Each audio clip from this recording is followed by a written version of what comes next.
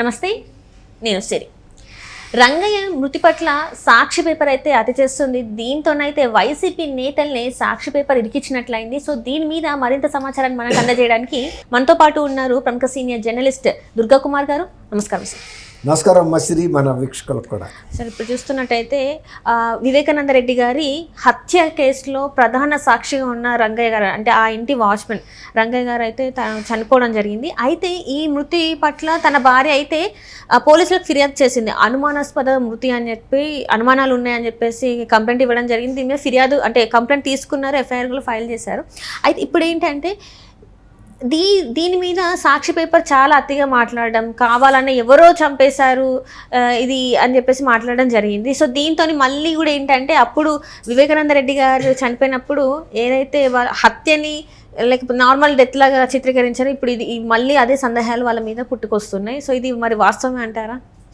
అంటే ఎవరో ఒక తత్వవేత్త చెప్పాడమ్మా, మీరు అవతల వ్యక్తిని కన్విన్స్ చేయలేకపోతే కన్ఫ్యూజ్ చేయమని.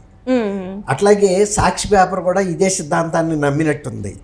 మీరు అన్నట్టు వివేకానంద రెడ్డి గారిది పక్కా హత్య, దారుణంగా నరికి చంపారు. ఆ టైంలో ఆ పేపర్ ఏం చేసింది, గుండెపోటుగా చిత్రించింది. ఇప్పుడు ఈయన రిమ్స్ హాస్పిటల్లో రంగయ్య ఏకైక సాక్షి, మీరు అన్నట్టు ప్రత్యక్ష సాక్షి. ఆ ఇంటి వాచ్మెన్, చాలా కాలంగా వివేకానంద రెడ్డి గారిని నమ్ముకు బతుకుతున్న వ్యక్తి. అతను 70 ఏళ్ల వయసులో, మరి ఆయనకి ఏం అలవాట్లు ఉన్నాయో అది వేరే విషయం. రిమ్స్ హాస్పిటల్లో ఆయన భార్య పక్కన ఉండగానే చనిపోయాడు. అయినా కూడా ఈ వివేకానంద రెడ్డి గారి హత్యలో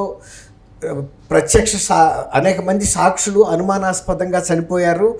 అందులో మొన్న మధ్య లేటెస్ట్గా అభిషేక్ రెడ్డి డాక్టర్ వాళ్ళ ఫ్యామిలీకి చెందిన వ్యక్తి, ఆ శవానికి కట్లు వేసిన వ్యక్తి వివేకానంద రెడ్డి గారి శవం. ఆయన కూడా 40 ఏళ్ళు కూడా నిండక ముందే పూర్తి ఆరోగ్యవంతుడు అనుమానాస్పదంగా చనిపోయాడు.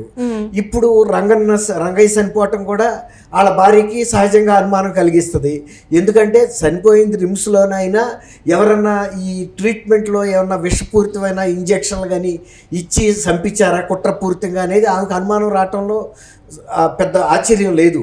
ఎందుకంటే ఇది చాలా హై ప్రొఫైల్ హత్య కేసు.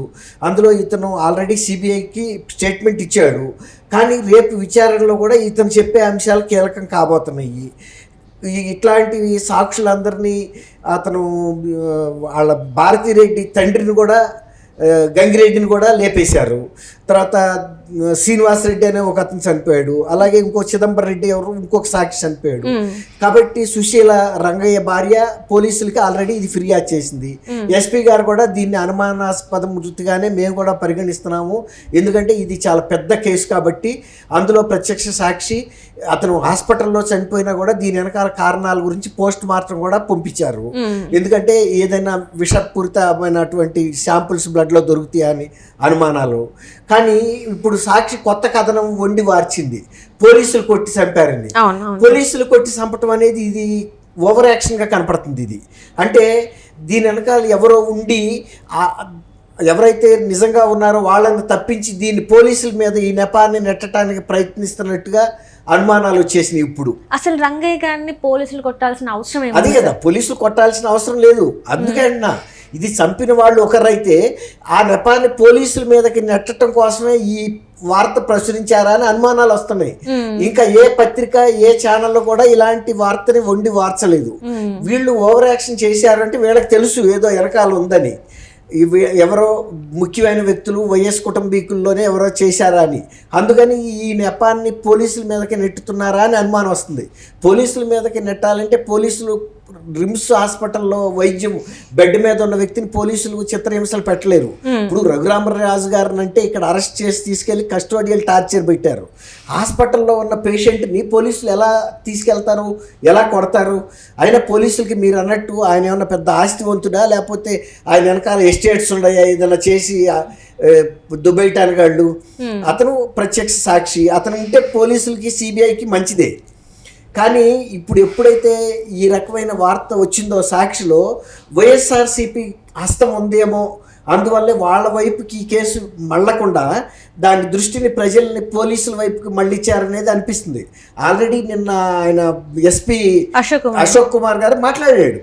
ఇది సుశీలమ్మ గారు ఇచ్చిన ఫిర్యాదు మాకు అందింది, అందులో మాకు కూడా కొన్ని అనుమానాలు ఉండటం సహజం కాబట్టి మేము పోస్ట్ మార్టం చేయించి ఆ శవాన్ని వాళ్ళ బంధువులకు అప్పచెబుతామని చెప్పారు. వాళ్ళు కూడా శుక్రవారం అంత్యక్రియలు చేసుకుంటామని చెప్పారు.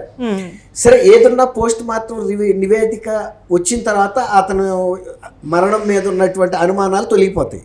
అసలు మరణానికి గల కారణాలు కూడా తెలుస్తాయి. అతను సహజ మరణం పొందాడా లేకపోతే ఏదైనా విషప్రయోగం జరిగిందా ఇంజక్షన్ల రూపంలో కానీ ఆహార రూపంలో కానీ అనేది తెలుస్తుంది. ఇప్పుడు అది తెలిసే ముందే వీళ్ళు పోలీసుల్ని ఎందుకు ఇందులో ఈ వివాదంలోకి లాగారు? ఇంకోటి ఏంటంటే, వివేకానంద రెడ్డి గారి హత్యని గుండెపోటుగా చిత్రించడానికి ప్రయత్నించారు. అప్పుడు పోలీసుల మీద, తర్వాత సిబిఐ మీద కూడా కేసులు కూడా పెట్టారు వీళ్ళే. ఎవరైతే చంపారో జగన్మోహన్ రెడ్డి కుటుంబీకులు, ఎవరైతే అరెస్టులు వెళ్ళారో, ముందస్తు బెయిల్ మీద ఉన్నారో వాళ్ళే సిబిఐ ఆఫీసర్స్ మీద కూడా కేసులు పెట్టారు. అంటే జాప్యం చేస్తున్నారనా లేకపోతే నిందితుల్ని జాప్యం చేస్తున్నారని కాదు, వాళ్ళ మీద ప్రైవేట్ కేసులు పెట్టారు. అంటే ఈ విచారణ ముందుకు సాగనివ్వకుండా వాళ్ళ నైతిక బలాన్ని దెబ్బతీయటం కోసం. పోలీసు జాప్యం జరుగుతుంది అన్నది కూడా కాదు. జాప్యం జరుగుతుంటే జగన్మోహన్ రెడ్డి గారు ముఖ్యమంత్రిగా 5 సంవత్సరాలు ఉన్నాడు. ఆయన కేంద్రానికి లెటర్ రాయొచ్చు అఫీషియల్గా, నేను ముఖ్యమంత్రిగా రాస్తున్నాను, మా బాబాయ్ కూడా ఈయన మహారాష్ట్రలో జరిగిన కీలకమైన హత్య, దీని మీద ఎందుకు జాప్యం జరుగుతుందని ఎప్పుడన్నా ఆయన లెటర్ రాశాడా? లేకపోతే ప్రధానమంత్రి కానీ హోమ్ మినిస్టర్ కానీ అన్నిసార్లు కలిసినప్పుడు వివేకానంద రెడ్డి గారి హత్యను త్వరితంగా పరిష్కరించమని అడిగానని ఎప్పుడన్నా చెప్పాడా? లేకపోతే సునీత కూడా ఆ హత్య కేసును తొందరగా పరిష్కరించమని ఢిల్లీలో రకరకాల ప్రయత్నాలు చేసినప్పుడు ఆమెను బెదిరించలేదా? నువ్వు కనుక ఇట్లా చేస్తే అవినాష్ రెడ్డి వెళ్ళి బీజేపీలో చేరిపోతాడని కూడా బెదిరించాడు. అవినాష్ రెడ్డి బీజేపీలో చేరితే ఏంటి, ఏ పార్టీలో? ఆమె తన తండ్రికి జరిగిన హత్య నిందితులు ఎవరనేది తేల్చుకోదలుచుకుంది. అది కుటుంబీకులనే ఆమె చెబుతుంది. మా ప్రాణాలకు కూడా రక్షణ లేనని షర్మిల కూడా చెబుతుంది. షర్మిల గారు కూడా సిబిఐ ముందు ఇది కేవలం రాజకీయ కారణాలతో కుటుంబంలో అంతర్గతంగా జరిగిన హత్య అని చెప్పింది. బయట వాళ్ళు వెళ్ళి ఆయన్ని వివేకానంద రెడ్డి గారిని హత్య చేయాల్సినంత వివాదాలు ఎవరికి లేవు, ఆయనకి ఎవరి మీద లేవు. కానీ ఆయన వ్యక్తిత్వాన్ని హననం చేస్తూ ఆయనకి అక్రమ సంబంధాలు ఉన్నాయని, అక్రమ సంతానం ఉందని, ఆస్తి తగాదాలు ఉన్నాయని, లేకపోతే సెటిల్మెంట్లు చేసిన అంశం మీద డబ్బులు పంచుకోవడంలో కొంతమందితో తగాదాలు ఉన్నాయని, ఆయన ఒక సెటిలర్ లెవెల్కి, అంటే ఇలాంటి బ్రోకర్ లెవెల్కి దిగజారుస్తూ రాసింది కూడా సాక్షిపత్రికే. ఇంకా ఏ పత్రిక కూడా రాయలేదు అలాంటి వ్యక్తిగత అంశాలు. అలా ఎలా వివాదం సృష్టించారో వివేకానంద రెడ్డి గారి హత్యలో, అందులో ప్రత్యక్ష సాక్షిగా ఉన్న వాచ్మెన్ అయినటువంటి రంగయ్య మరణం మీద కూడా వాళ్ళే వివాదాలు సృష్టిస్తున్నారు. ఇది పోలీసుల వైపుకి వాళ్ళు తొయ్యాల్సిన అవసరం ఏముంది? పోస్ట్ మార్టం జరిగింది, నివేదిక వస్తుంది 24 గంటల్లోనో 48 గంటల్లోనో. ఈ లోపల వీళ్ళు ఇన్వెస్టిగేట్ చేసి పోలీసుల మీద చెప్పారే కానీ ఫిజికల్గా పోలీసులు కొట్టినట్టు ఏమైనా దెబ్బలు ఉన్నాయా? పోలీసులకి అవసరం ఏముంది ఇక్కడ? అతను ఇదంతా కూడా ఎట్లా ఉందంటే మళ్ళీ ఎవరికో ప్రాణహాని అయినా జరిపించేలాగైనా ఉంది. ఎందుకంటే ఆల్రెడీ సునీత గారికి కూడా ప్రాణహాని ఉన్నట్టుగా, సునీత గారికి ఉంది, దస్తగిరికి కూడా ఉందని కూడా అనుమానిస్తున్నారు. ఇప్పుడు ఎప్పుడైతే సాక్షి ఓవర్ యాక్షన్ చేస్తుందో చాలా మంది భయపడుతుంది ఏంటంటే ఇంకా ఎవరినో లేపటానికి కూడా ప్రయత్నం చేస్తూ ఈ దృష్టిని పోలీసుల వైపు మళ్లిస్తున్నారు. తర్వాత రంగయ్య మరణాన్ని వివాదాస్పదంగా మారుస్తున్నారనే అనుమానాలు వ్యక్తం అవుతున్నాయి. కాబట్టి ఇది పోస్ట్ మార్టం నివేదిక వస్తే కానీ ఖచ్చితమైనటువంటి ఇది తెలీదు. ఒకవేళ నిజంగా కనుక జగన్మోహన్ రెడ్డి గారు కానీ ఆయన కుటుంబానికి కనుక ఈ వివేకానంద రెడ్డి గారి హత్య తొందరగా తేలాలని కనుక ఉద్దేశం ఉంటే ఇప్పటికైనా ఆయన ప్రెస్ కాన్ఫరెన్స్ పెట్టి డిమాండ్ అడగొచ్చు.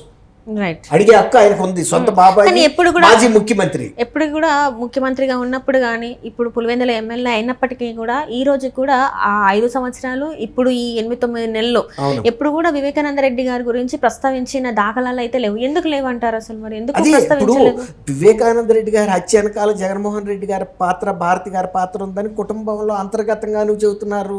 తర్వాత కిందసారి విజయమ్మ గారు కూడా మొన్న ఎలక్షన్లో ఇలాంటిది ఏదైనా జరుగుతుందని భయపడిపోయి ఆ ఎన్నికలకు ముందు అమెరికా వెళ్ళిపోయిన సంగతి కూడా మనం చూసాం. ఎందుకంటే వాళ్ళందరికీ తెలుసు రాజకీయ లబ్ధి కోసం ఎవరినైనా లేపుతాడు కాబట్టి మనం ఎందుకు బలి అవ్వాలి. గతంలో జరిగిన అనుభవం దృష్ట్యా ఎవరి జాగ్రత్తలో వాళ్ళు ఉంటున్నారు. కానీ వాళ్ళ కుటుంబంలో ఎంతవరకు ఉన్న దస్తగిరి లాంటి వ్యక్తులు కొంతమంది వాళ్ళకి అంత ఆర్థిక అంగబలాలు లేవు, అలాంటి వాళ్ళు బలి అవుతున్నారు. ఇప్పుడు సాక్షులు ఎలా అయితే బలయ్యారో అలాగే వాళ్ళు కూడా అవుతారు. ఇంకా వైసీపీ వాళ్ళని కూడా ఇందులో ఏమన్నా ఇరికించే ప్రయత్నం చేస్తుందంటారా, లేకపోతే ఏంటంటారు మరి? వాళ్ళు వైసీపీ అని కాదమ్మా, వైసీపీకి పార్టీకి వీళ్ళ కుటుంబంలోనే అంతర్గతంగా జరిగిన ఇది. ఇప్పుడు ఏంటంటే మళ్ళీ రంగయ్య మరణాన్ని కూడా ఏదో ఒక వివాదంగా తీసి ప్రజల దృష్టిని అటు మళ్లించి ఆ టైంలో ఇంకెవరినన్నా లేపుతారనేది, కుట్ర చేస్తున్నారనేది కడప జిల్లాలో ప్రజానీకంలో వినిపిస్తున్న మాట. Right sir, right. Thank you so much. Thank you అమ్మ శ్రీ, మన వీక్షకులు.